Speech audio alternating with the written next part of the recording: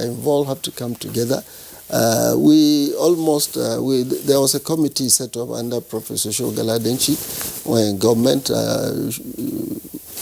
shortly after submission of the report, we left government. I don't know what becomes of that report, but there was a comprehensive study as to how we should approach it. It has to be a gradual thing. You see, expecting a sudden change will not arrive. You have to project. We only talk of 10 million children out of school. This is just a figure, a projected figure. We need to go state by state, find out the number of the Nzangaya schools. Not all the children on the street are even from the Quranic schools. Some of them are just street children, creating societal problems and so on. But if we take the statistics of formal, organized Angaya schools state by state, let's get the statistics. Let's get the number. Let's sensitize the proprietors of these Angaya schools to understand what is coming on board, so that when you have the number, when you have the statistics, then you can plan for it. And there has to be a coordinating body, generally. If every state is doing it on its own, I don't think we'll get there. Okay, thank you so much. We'll come back to you on that. Building on what he has said, the intervention, some experts say, has been long overdue. But what are we not getting right now? I think in many ways we oversimplify the problem. We look at it sometimes with the lens of education, that this is just a former education and there's a dislocation, a fracture somewhere, and the need to just integrate, have a new curriculum and schools, and that will solve the problem. When even our conventional schools, look at the dropout rates. In some states, you have over 90% dropout rates from primary to secondary school. In some, you've got another 90 or higher percent from secondary to tertiary. So when you ask, how well is the current system working? When you tell someone, get your child away from this system into an alternative system, you have not made the alternative system attractive enough for a lot of people. Having said that, it's not just an education problem. It's tied also to rural poverty. You have parents who are in the far north who, due to desertification, the smaller sizes of farms due to population explosion, the harvest is not enough for the whole family for the year. And so they have to send their children to town. A lot of their older children go to town to work on kabu-kabu motorcycles, laboring, just unskilled laborers pushing water here and there. But when the farming season comes, they go back home, farm, and then come back and let their parents benefit. So I think you're looking at a problem that is tied to rural poverty, that is tied to parental duty, sometimes irresponsibility.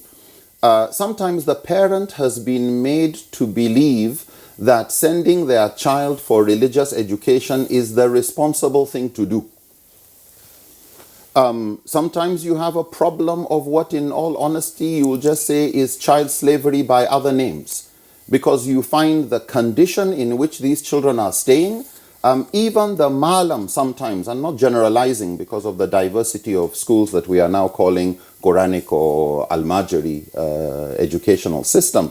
But sometimes the Malam himself, who will accommodate these Al-Majris, send them to beg, his own children are going to school.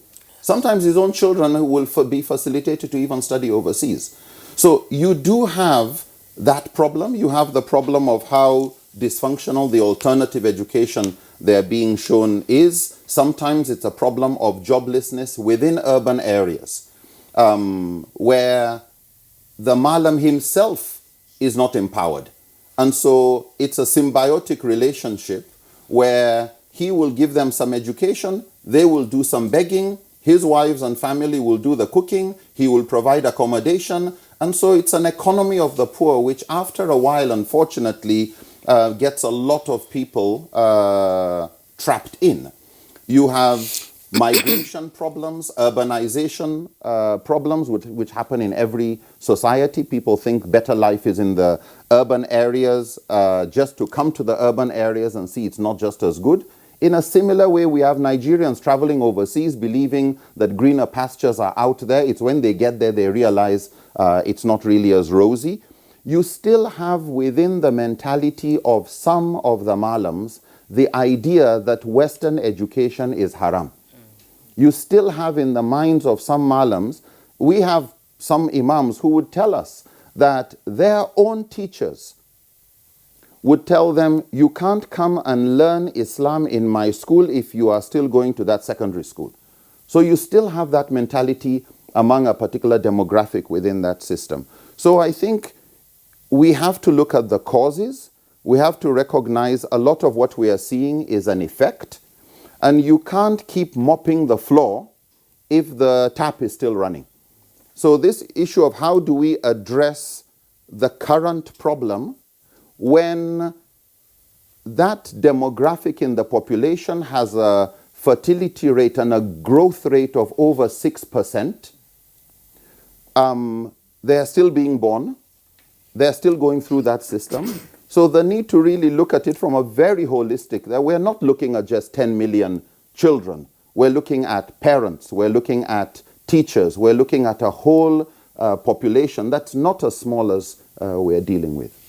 All right, Nuruddin, thank you very much there for your viewpoints. Incidentally, I mean, this is the core issues that you have touched on.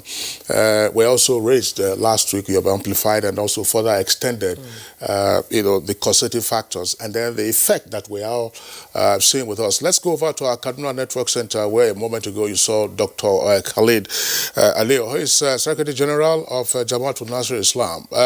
Dr. Khalid, give us your own perspective on what, again, I put the question, has become a dysfunctional Almajiri system.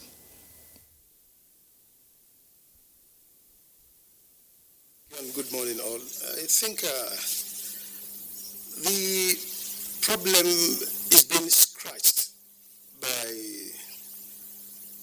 the powers that be, meaning the government. I think we have talked a lot on these really phenomenon of the either Tangaya schools or Almajiransi schools. We have been talking and talking and talking, but those concerned and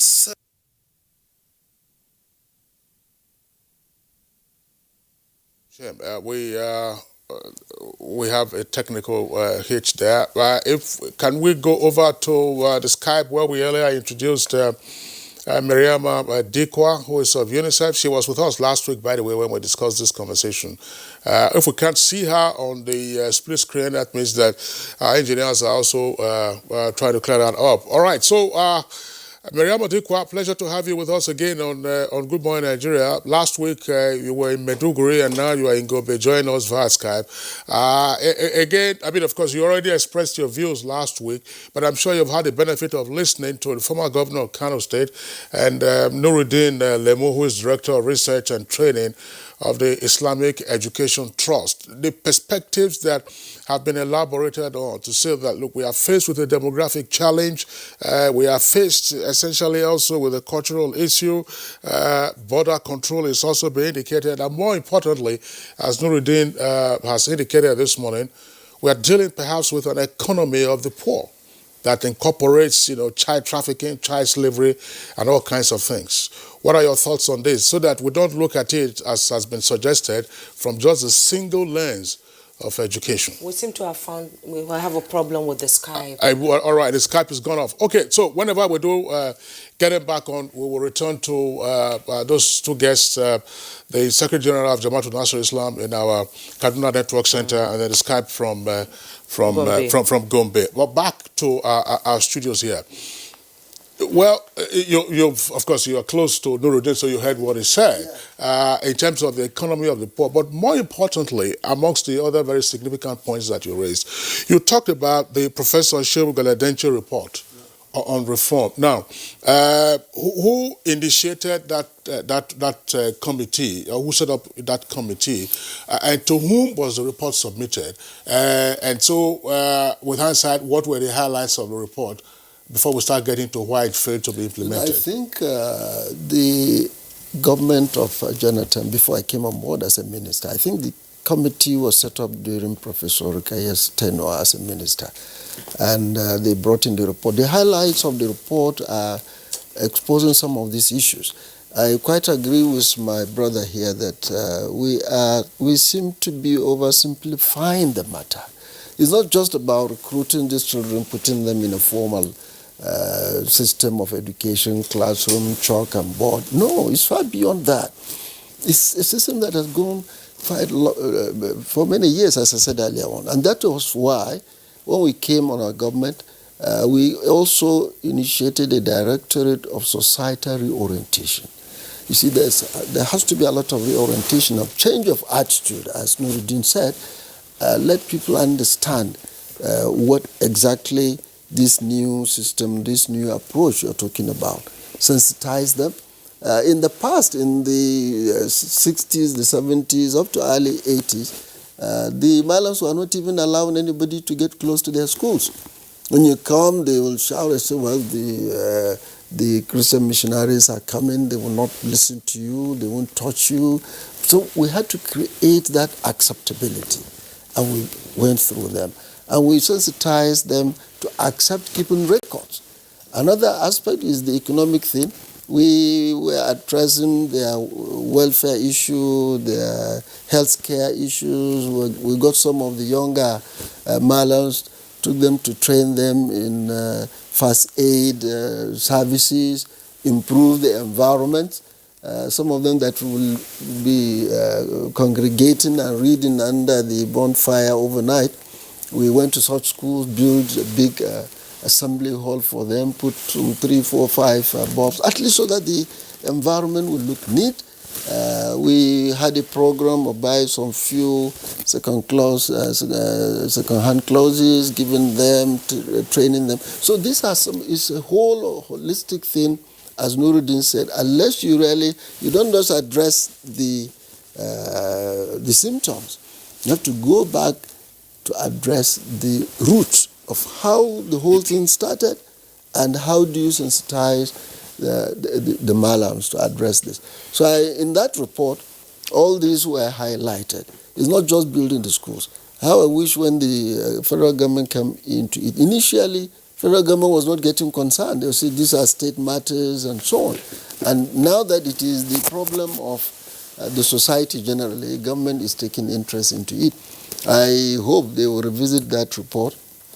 I hadn't the time really to implement it. The report was submitted to us just a few weeks before we left office. In fact, it was even submitted after the election, so we were just busy trying to hand over. But it is a very comprehensive report. It addresses all of these issues that goes beyond just building a school, calling it Sangaya schools or Al-Majri schools, and expecting the children to come and be given uniform, exercise books, and bringing the teacher to go and start telling them 2 plus 2. So I think it goes far beyond that. And I am happy that everybody is now concerned, and the issue is now a problem that until and unless it is addressed, it is a very serious challenge to the society.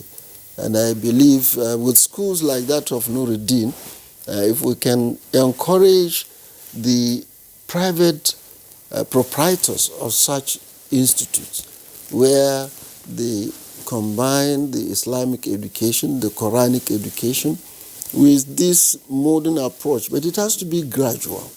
If anybody thinks in the next 5-10 years we'll be out of this problem, I think is oversimplifying the matter.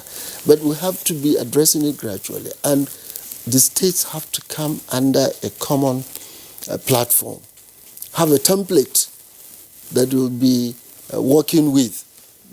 Otherwise, I started this 2003, operated for 8 years, but by the time some states started, it looks like as if we are starting something new again. Yeah. But because there was no coordination. Many states, including even the state government, probably unless they go back to the records, nobody will remember that we started this in 2003. We've done quite a lot. We have all the records, the personnel are there, the people are there, the directorate is there. But on this issue of lack of continuity in our governments, anybody coming into office, even from the same political platform, and they will have a different approach so that they have this dancing to the gallery as if you are doing something new. But if we go back to the records, I'm sure between 2003 and now, a lot has happened. If there is continuity, in 2012, the BBC reported that Katsina was starting this thing and so on, as if something is the first time this has been addressed. I called the same BBC man who was with us and who had been reporting what we're doing. I said, look, you are reporting that this is something new. But 10 years ago, we were on this program. But simply because there is no coordination, what Kano is doing, Jigawa, as close as to Kano, doesn't know what we're doing. What Katsina is doing, Kaduna doesn't know.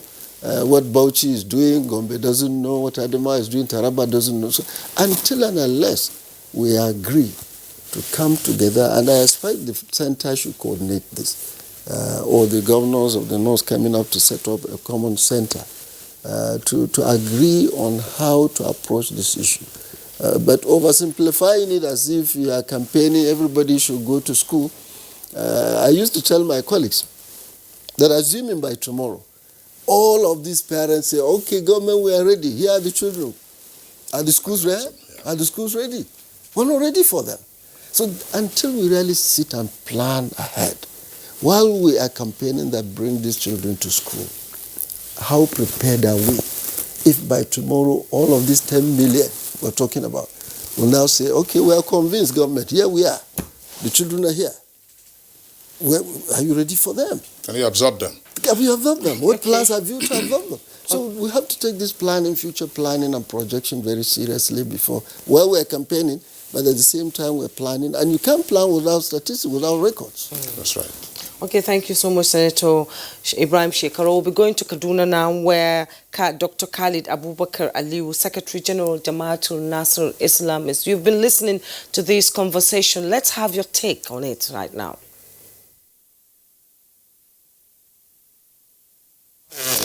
Thank you, and good morning all. I think these nagging problems centers on governance. And I think we have been talking, and we have talked a lot. Set up, so many works done, a lot of money spent. But I think the real problem is that of governance, seriousness, and commitment to in eradicating or ending the Almajiranchi syndrome. And you don't see during the political campaigns issues being canvassed on the basis of, in my manifesto, what I intend to do. I want to bring an end to this social menace, which is sociological and sociological and economic problems put together. It is just more than just ending Almajiranchi in isolation of stabilization of the economy, in isolation of good governance, in isolation of really having to really even bring on board all that is needed to end this menace. When the government really talks about this issue of the Almajiranchi phenomenon or the Sangha schools syndrome, when government talks about this, I think reasonable thing to do is to look at the primary and secondary schools education as managed by the government. Has the government been able to really achieve the minimum standard in terms of the quality of the structures of these schools? The classrooms, the blackboards. I mean, is there a conducive environment for learning in the primary and secondary schools? Therefore, if we don't see anything positive on this part, then you know that we are but chasing shadows, and this problem will continue nagging, and we don't know when this will end. And I think this is the attitude of the way we do things. We only talk, scratch, and then leave. Lack of synergy, governance, or administration, political administration, or governance is a continuity. And that unfortunately, this dysfunctional thought within the government parlance that I come as a governor or as a minister or as a president, okay, I'll do away with all the good things that I've started and I want to start mine. That is why every government will come and now begin to think of how to approach the problem without really taking recourse to what was done before. That is why we are not anywhere and we are not getting anywhere. I am afraid. I am not a pessimist. I always want to be optimistic, but looking at the government-owned schools that are suffering from acute shortage of whatever can be called as a standard in primary and secondary school education in terms of manpower, in terms of commitment, in terms of the environment itself. Tell me, how do you even bring something new which has to do with so many dimensions? The sociological, the economic angle, the security angle, the commerce and market and trade. I think government has to be more really serious to look at it this way. And I tell you, there's no need of really having to come and begin a new thing.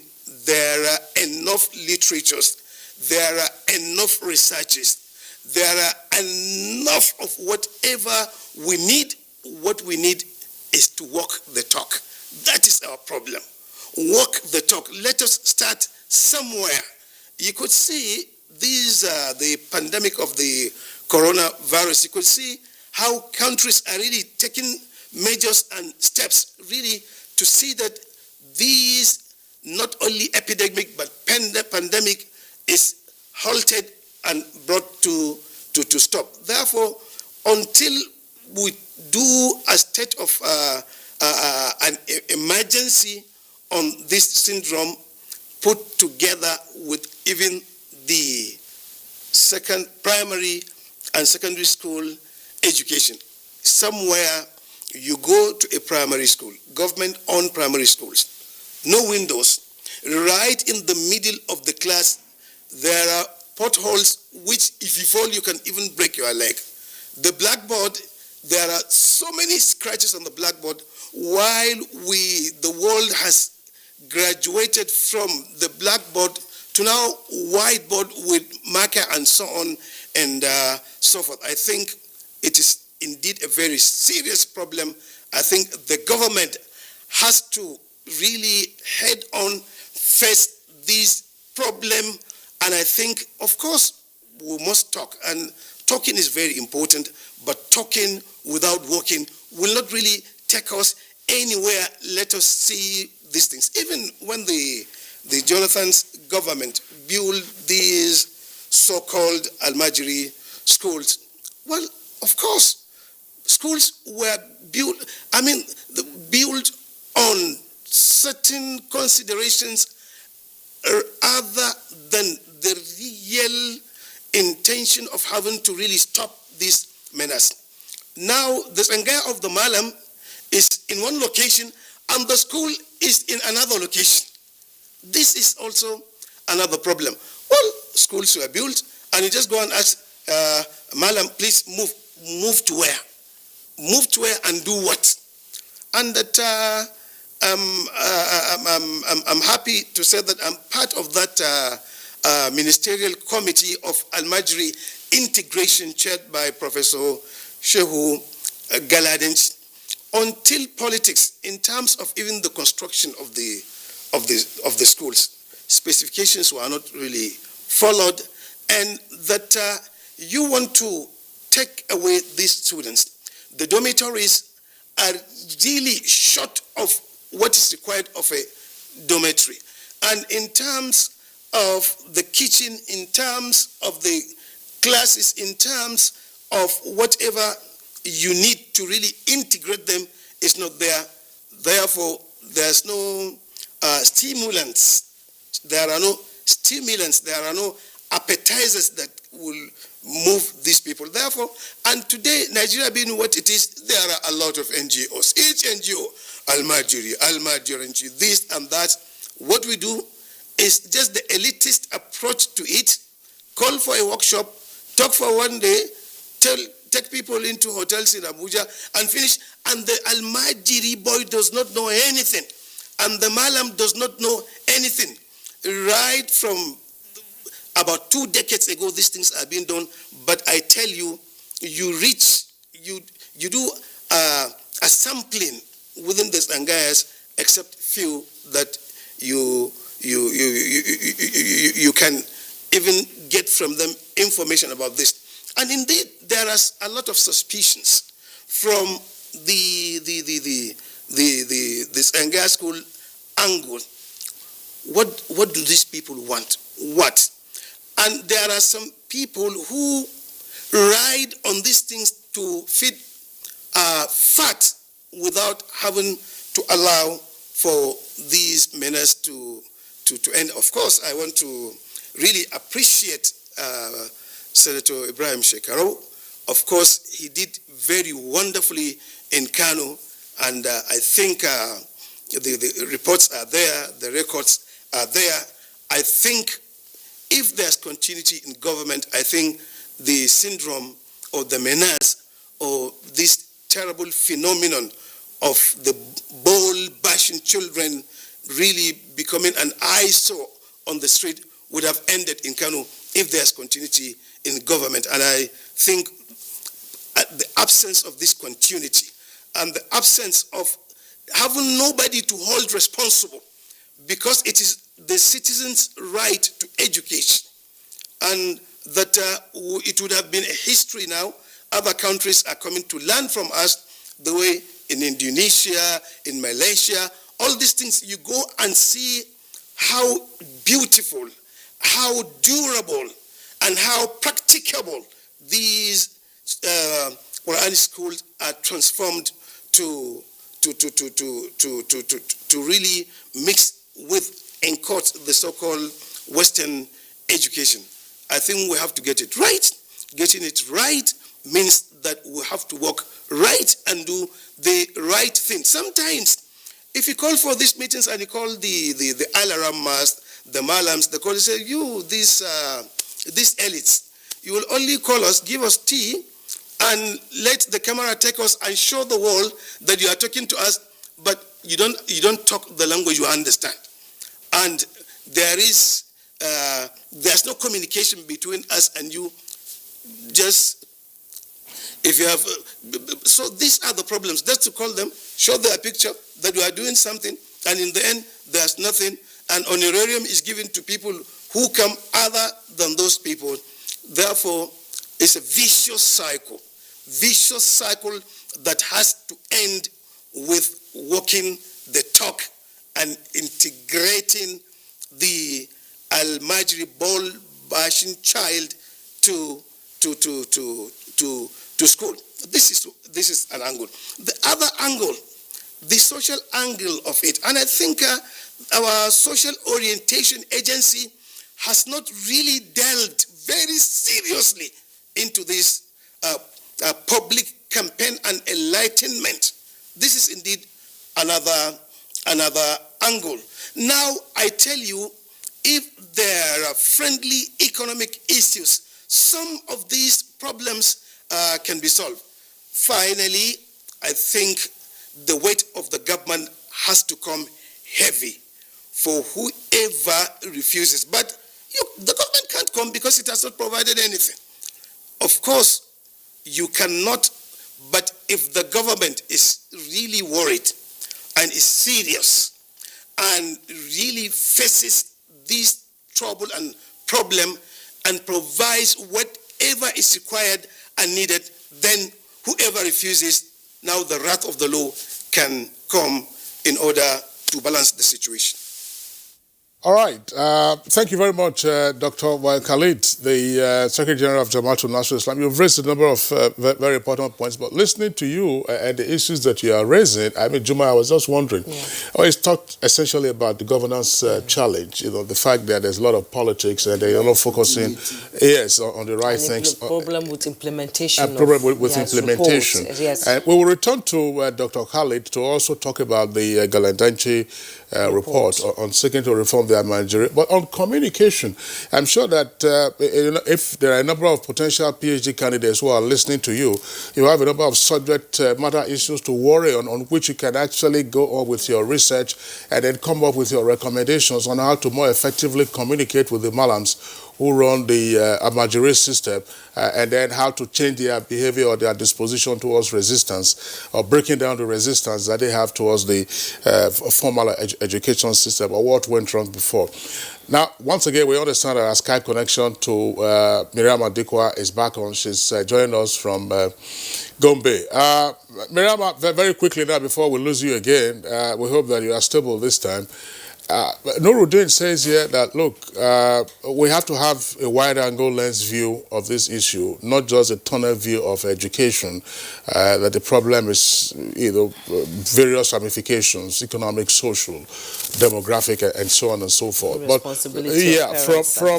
from the education point of view, how have you tried to accommodate, if at all, these other perspectives in ensuring that you are more, you get more service delivery, you get more results from your exertions as an international organization? Good morning, Nigeria. Good morning, everyone in the studio. Though the connection has not been very friendly, but to some extent, I've listened to some of the arguments that were put by the Senator Ibrahim Sheku, Nudin, and also Dr. Khalid. I think I want to agree with what they all said, concerning this issue of education. And from the UNICEF perspective, we've been doing a lot in terms of supporting government towards its integration scheme, like Senator Ibrahim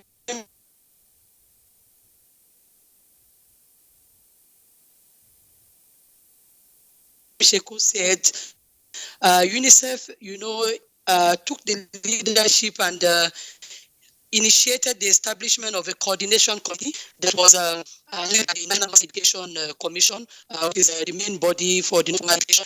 That coordination committee has been established, and then what is really expected is to make sure that all hands on deck, everybody participates and then contribute to make sure that the monitoring of the integration scheme is properly done.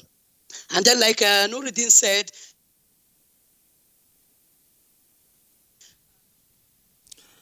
happen at all levels, and then which UNICEF is also leading and doing in that regard, not just people at the state level, but making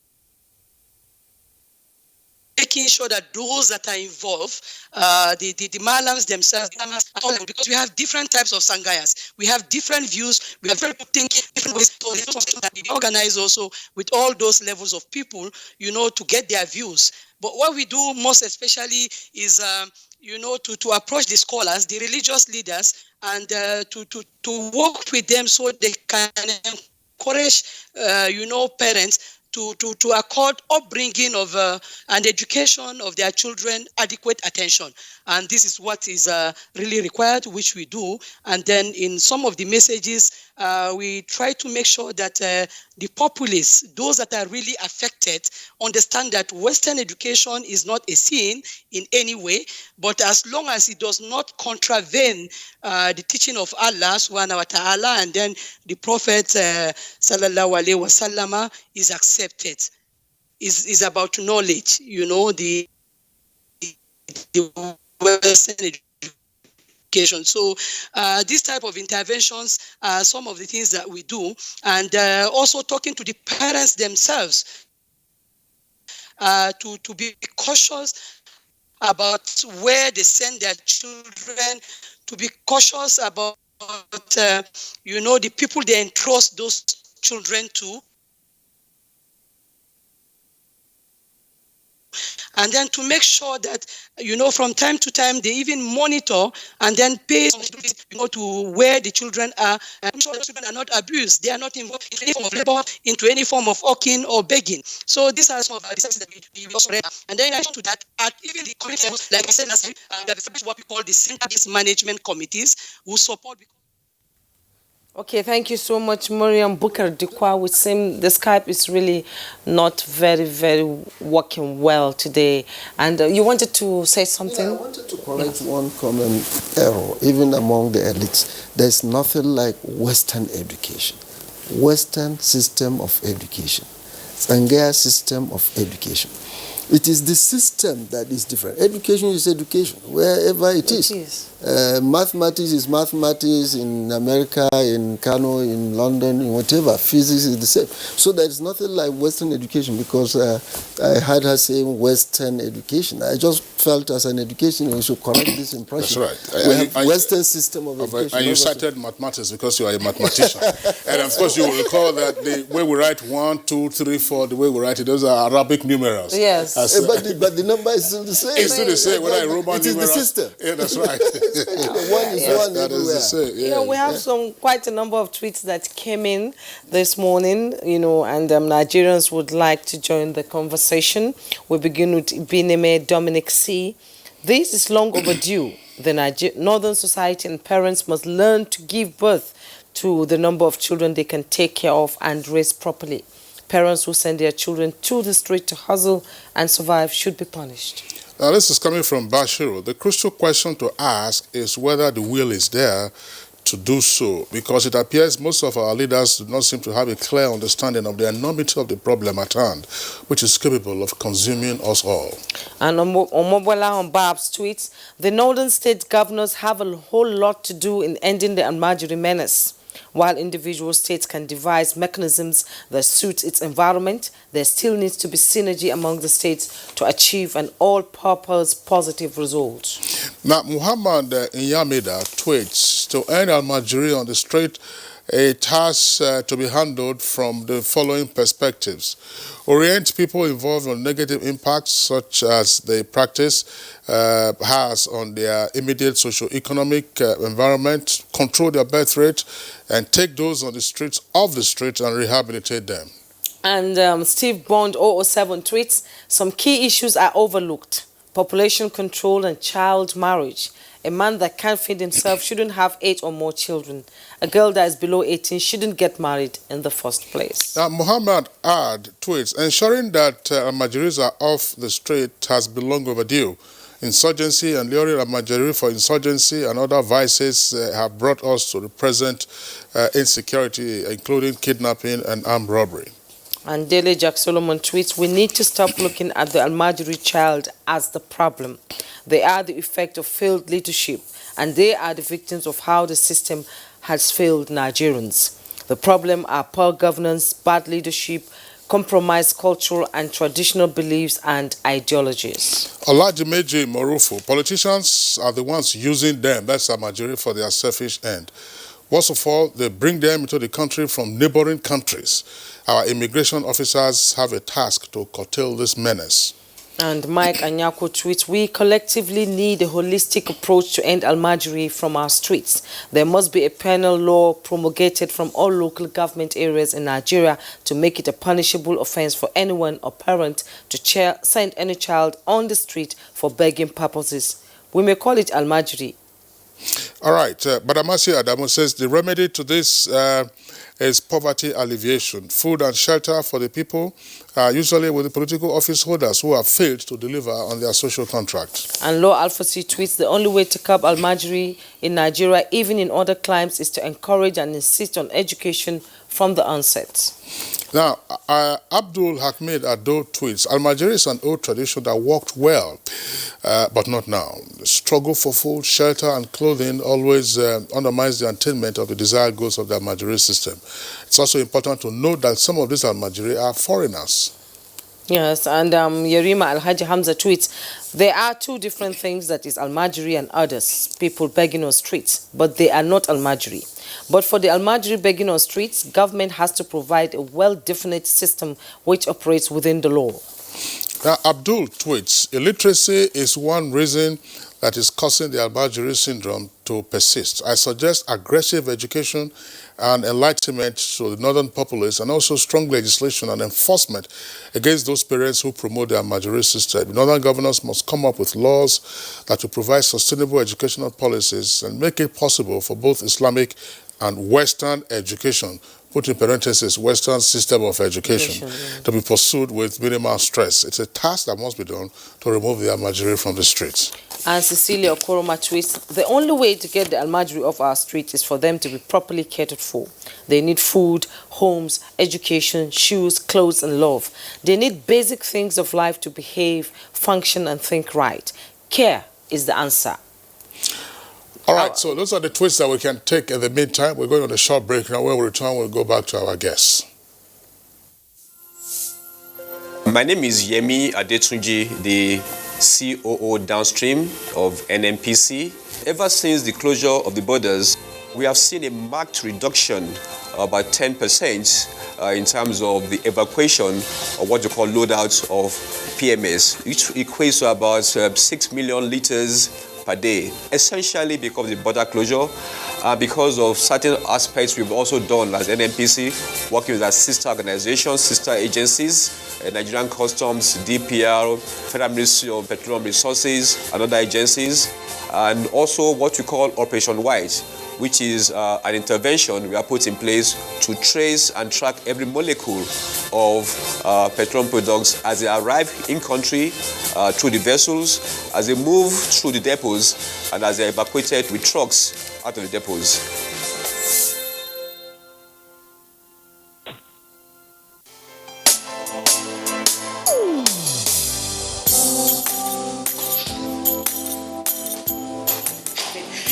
Chief, good morning, sir. You are here already? No, now my spirit there, my body there for house. What kind of question is that? Were you not the one that fixed this meeting for 8 a.m.? You are now coming by 10 a.m. and start asking me job questions. But Chief, now, I'm sorry. Don't you also go late for meetings sometimes? You know now, African time. No more African time. And no more pancaking of face during office hours. At the end of the day, we will lose valuable time. We will not make progress. If we want to move this nation forward, we must treat business as business and respect time. Change begins with me. Thank you, sir. I'm sorry. Can we go for the meeting now, Chief? Better.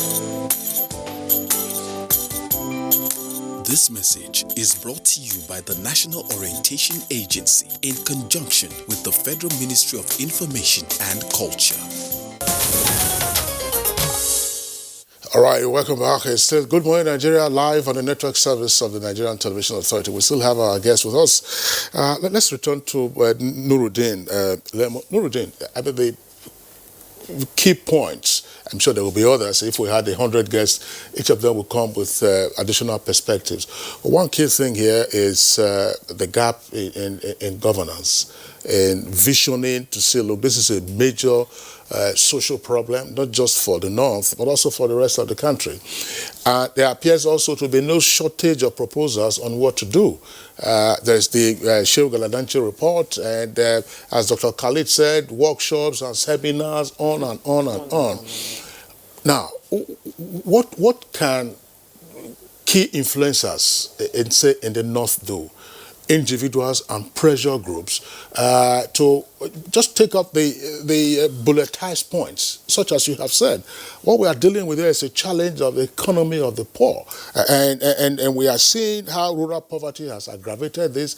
We are dealing with a problem of child trafficking and so on and so forth, and with the deleterious consequences we're having in terms of security and otherwise. So how do you get influential entities such as yours to say, look, these are the matters on the table. Can we focus on these things and run with them, irrespective of political party, irrespective of whatever creed that the individual preaches? I think the problem sometimes with a holistic approach is you present something as being very complex, and that complexity and that analysis creates paralysis. And people then start feeling, I can't do anything because there's also that other thing that needs to be done, etc., etc. I think when handling something this complicated, there's no either or. There's always and. There's no should we do this or should we do this. No. Everything has its place. And it's one where I think we can't solve certain problems in our communities or think we can sustain a solution if poverty is going to keep glaring us in the face. Among the tweets that came were those who are concerned about population increment. Why is it everywhere in the world where you have the highest level of poverty, you have the highest level of population growth? Because in the mind of the poor person, for many of us, we've got our pension funds, we've got some financial security. For the poor person, he is thinking, or she is thinking, when I get to 60, 70 and can no more farm, can no more work, who will take care of me? And so for many, children are their retirement packages. And they know out of every 3 children you have, most likely one will die. Why? Because you can't even afford his own medication or her own medication. And so many issues to do with the population growth rate. For the poor person, population is an asset for old age. But when you look at it from a national perspective, you say, but this is a liability because this is not an educated population. Or at least, let's not even say they are not educated. We use the word out of school children instead of recognizing many of them are in school, but just a different kind of school. And when you look at, say, the statistics that the Honorable Senator Ibrahim Sheikhoun mentioned, when at a particular time you have up to 27,000 schools, not students, schools, it means you have up to 27,000 teachers, and these teachers usually have assistants. You find you are dealing with hundreds of thousands of students within this system. To start thinking you want to get them out of that system into something, which kind of buildings are you going to put even 27,000 students, not about 27,000 schools and that type of system? So could we start thinking of ways of not just, and as I said, not either or, but not just how do we get some of these into the integrated schools, but how do you take education to them? How do you say, you know what, you are under a tree and you don't have a blackboard, but you have your allo, the wooden board? How do we take education to them? How do we get them to adopt certain subjects? When you look at the traditional system, we have to remember, if you look at their educational curriculum, if you pick a classical book of Islamic jurisprudence like Muwatta Malik or any of these Risala, these books, yes, they will start teaching you ablution and how to pray and fasting and zakat and all of that. But before long, you are in the book of marriage.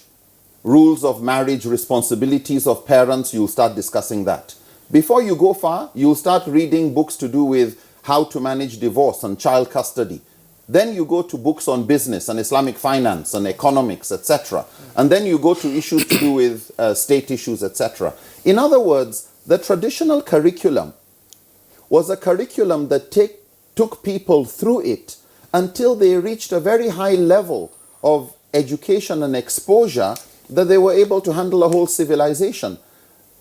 So strong that when the British came, they felt actually leave their legal system in place, just reduce its authority in the following ways, leave their traditional system in place. So the point I'm trying to make here is, one, instead of looking how do we bring them all to our type of education, what are those critical aspects of our education that can be taken to them? One. Secondly, this maxim, nothing about us without us. You can't solve the issue of Al-Majri without the Al-Majri.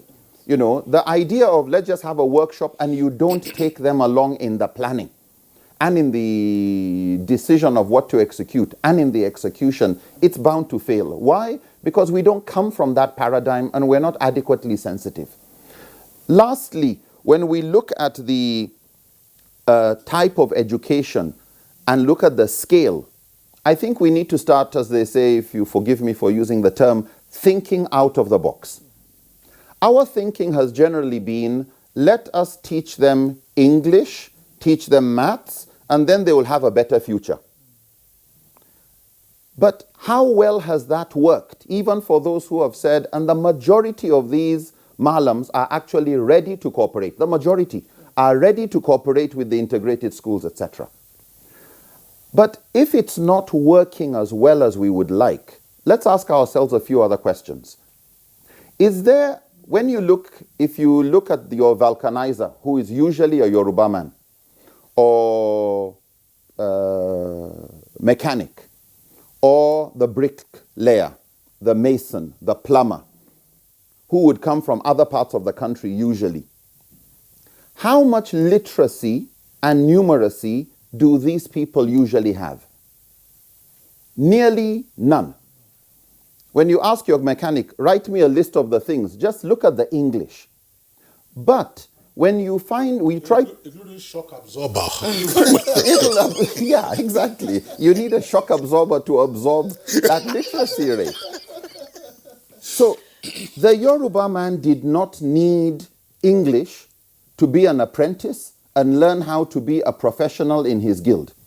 The Igbo man did not need English. They learned these guilds in their own local language, or local languages. When you go to meet them in their professions now, when you take your car, you will most likely have to speak Hausa to him. You will still be speaking a local language. So the question is, while English is important in many ways, is it really essential? When we say literacy is important, that is true. But what for? To take notes from what the teacher is saying, to be able to go and revise. But in less than 3 to 4 months, if we were ready to consider teaching Ajami, we still have Ajami on our Naira notes, which is Hausa, but with the Arabic alphabet. There are a few other alphabets like Tsa and Pa that are not in Arabic that have been introduced into the Ajami. But whereas after 6 to 12 years of primary and secondary school, this Al-Majri boy still can't construct a comprehensive sentence in English, in less than 3 months, he can read and write Ajami fluently. If you ask his Malam, do you know any maths? For many of us, they don't know maths. But ask the Malam, can you calculate zakat, how much to give out of zakat? He knows percentages, he knows ratios. Absolutely. You ask the Malam, do you know how to calculate inheritance in Islamic law? He knows. He will start showing you LCM, adding fractions, dividing, multiplication. In other words, we do have things that are within the current Al-Majri system. With these 27,000 teachers and schools, we have competencies that we can plug into. Let them learn Ajami. Let them learn Hausa Mboku. In other words, writing Hausa with the Latin or English alphabet.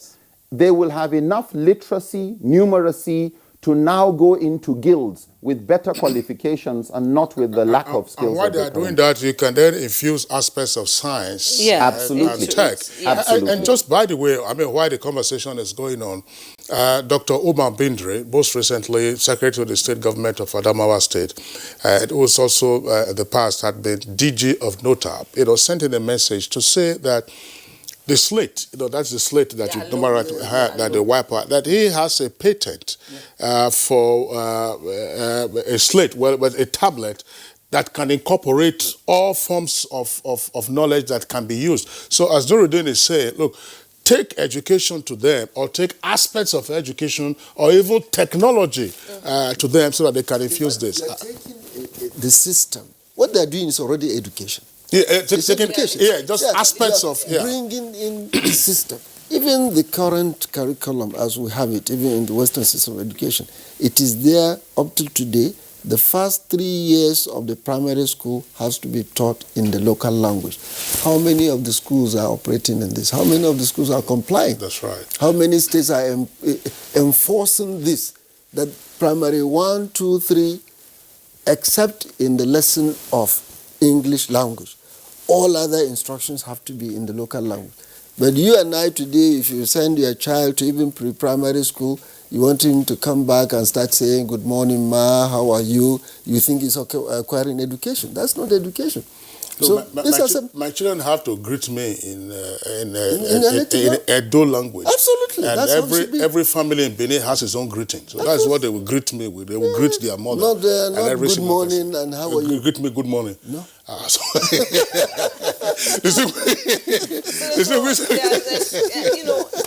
In as much as some of these issues are funny, we need to look at the psychological and, effects on these children, exposed to the elements, abused by society. Do you think growing up they will have empathy for the society itself? Well, I think it all depends on the parental orientation, because every child grows with what his parents make him to be. And this is why I still want to emphasize we introduced the societal orientation program. In fact, up to today, I claim that it is the most of the peak of and one of the programs that I'm very proud of, because we realize that all of these things, if you want people to queue in, you have to really carry them along. Let them understand you. And our societal orientation program did quite a lot sensitization. And that's why we had peace. Culture, religion, understanding, going to them and let them understand that you mean well. Even the immunization programs and so on, you have to really sensitize people through, we have to change the attitude. All of what we do is about our attitude, even discipline. Corruption is an attitudinal matter, it's a natural problem. So unless we really understand this, and the governments understand this, that it's not just about building the school, as Nuruddin is saying, oversimplifying the matter, bring them on and you start teaching them 2 + 2, 3 + 3, how are you, and so it's not the issue. Agree that they have a system of education. That's why when we introduced the Sangaya program in Kano, we did not rush in changing their curriculum to generate their acceptability. We said, okay, let them remain in their Quranic studies, improve the environment, enlighten the malams. We took the younger ones and gave them some skills. We trained some of them to be tailors, to be mechanics, to be this, to be that, so that during the time when they are not in session, they will be able to have an income to depend on. Part of the problem, as he said, poverty, because the malams managing these thousands of schools don't have any skill. So they have to depend on sending these children to go and beg and bring food for them to survive. But if they have skills, in fact, the rural schools, we started giving them grants, giving them fertilizer, giving them seeds, encouraging them. In fact, local government, we encourage them to even give them land to do the farming so that they produce what to eat for the year. So gradually, we had some pilot programs. that had already taken a lot of the local government out of this begging program. You know what, Your Excellency, part of the governance challenge, why aren't we having continuity? That's one. Two, why has it been so difficult to have a groundswell of determination and commitment, as Dr. Khalid was saying, that look, we have this social problem.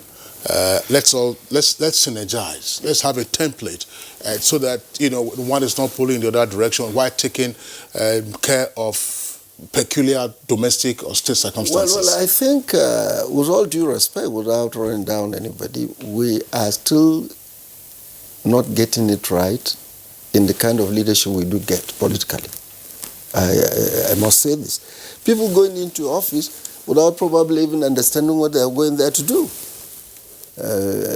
Secondly, the states are too independent. In the name of democracy, there's nothing in common. We have the same problem. If you go to any of these regions, I've just mentioned a moment ago, what culture, what attitude do you have in Jigawa which is not in Kano? But we're not working together. Nobody knows what is going on. If you go to Ogun, Ogun doesn't know what Oshun is doing. If you go to Cross River, they don't know what Rivers is doing. Bayelsa doesn't know what Rivers is doing. And yet, they are one. The language is the same, the culture is the same. If you take, for example, Northwest or Southwest or Southeast, there's this homogeneity of language, there's homogeneity of the religion. So all of the problem, any problem you identify in any of these regions, you find that it's common to all of them. So this over-independence of the way we operate. And my understanding that we did quite a lot. You see, when we did the Tsangaya program, through the Arewa House program, where the current executive secretary of UBEC is, he was the then director of Arewa House. Together with my directorate of Tsangaya program, we went to the meeting of the Northern Governors. We made almost 2-3 hours presentation. That this is what we have developed for the Tsangaya program, with the hope that other states will queue in and let's work together. You'll be surprised that one of the governors just said, is it from an AMPP government that we will learn some of these things? This is how bad it is. End of story. How bad it is. Because that time we had only about 3, 4, 5 MPP governments in the north, all the rest were PDP. And simply because you are PDP, I'm MPP, and I brought something good, you think because we're in different parties, you are not ready to take it. It's so sad, the kind of leadership. And I'm beginning to feel unless we really sensitize the electorate to vote in the right people in office who really understand the aspirations of the community and the challenges. Okay, thank you so much, distinguished Senator Ibrahim Shekarau. We'll be going to Kaduna now, where Dr. Khalid Abubakar Aliyu briefly to give us his closing comments.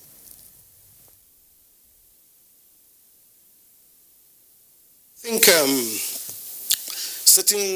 think we must correct some really thoughts and concept. Now, thinking that the Tsangaya or the Almajiranchi system breeds Boko Haram, this is not true. The fact that those, even within the Boko Haram closed enclaves, some of them are graduates and so on and so forth. Now, I think let us do a holistic, really look at these problems. Now, other social problems of the exodus of the graduates at both undergraduate and postgraduate levels in this country in millions. What is this really telling this country? The future of the security of this country. As long as there's no job security, there's no food security, there's no shelter security, and so on and so forth, then we'll have a problem. In my first submission, the issue is that of governance. And unless and until you elect people who can deliver, people who know the job, people who have the passion, people people who have the capacity and can do it, we can't reach anywhere. And I think we are on a time bomb, and we hope God will save us as graciously is doing that. But we really have to really work assiduously. Now, if this is a social problem, well, even you're looking at this only from the point of view of the North.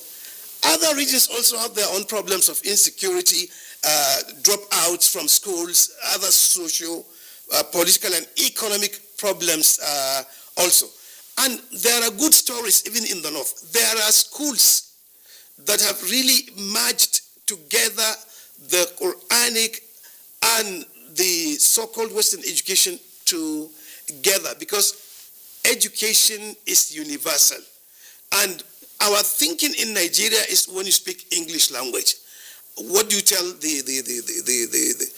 in Japan, somebody who will develop micro electronic device, if you tell him good morning, he doesn't know what good morning is all about. Education is about creativity and being positive in socio-political and economic development. There are good stories indeed in the North. There are very, very good schools which really will be the envy of all, which merges both the education being imparted in English and the other education being imparted in either Arabic and so on and so forth.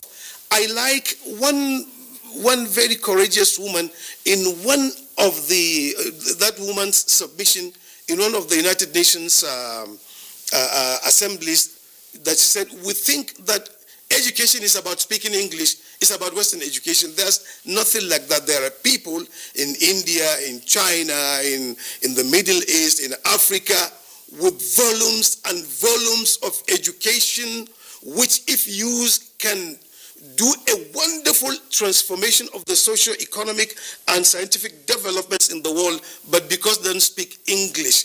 Our problem is even colonizing our own language, the way we speak and so on and so forth. But there are people now in Dr. Khalid, thanks. We've run out of time, so it's painful for us to say goodbye, but certainly, I mean, a number of points that have been raised. I mean, we've talked about education and education. That's that philosophical approach. I mean, former education minister is here. Philosophy of education is one of the core points about education, plus, of course, history of education, sociology of education, and so on and so forth. Education is one of the most potent vehicles for the transmission of cultural values. Yes. And if you don't have a culture, you're not a human being. So the mode of communication could be any language. Once that language is developed to a higher extent, that, of course, will be very interesting. Dr. Khalid Aliyu, Secretary General, Jamaatul Nasrul Islam, thank you very much for joining us from our Kaduna Network Center. We also would like to appreciate Miriam Adikwa, Education Specialist of the Bochu Field Office of UNICEF. She joined us via Skype from Gombe. I would like to thank you, even though we had some disruptions to your Skype connection. Thanks a lot for your contribution. And here with us in the Abuja studios, Nuruddin Lemu, Director, Research and Training of the Islamic Education Trust Fund. Thanks a lot, Nuruddin, for your insights. Thank you. And last but not the least, His Excellency, former Governor of Kano State, former Minister of the Federal Republic, Minister of Education, and now Senator representing Kano Municipal. Thanks a lot for being around on Good Morning Nigeria. Yes. Kano Central. So you have Kano Municipal Local Government. Oh, Municipal, Kano okay. Central. Why are you denying Municipal? All right, he's also a mathematician. Okay, so that does it for us today on Good Morning Nigeria. We'd like to thank you for being with us. The program is back tomorrow, same time, 7 o'clock in the morning. Until then, enjoy the rest of your day. I'm Kingsley Osadolo. And I'm Juma Yusuf. Do have a wonderful day.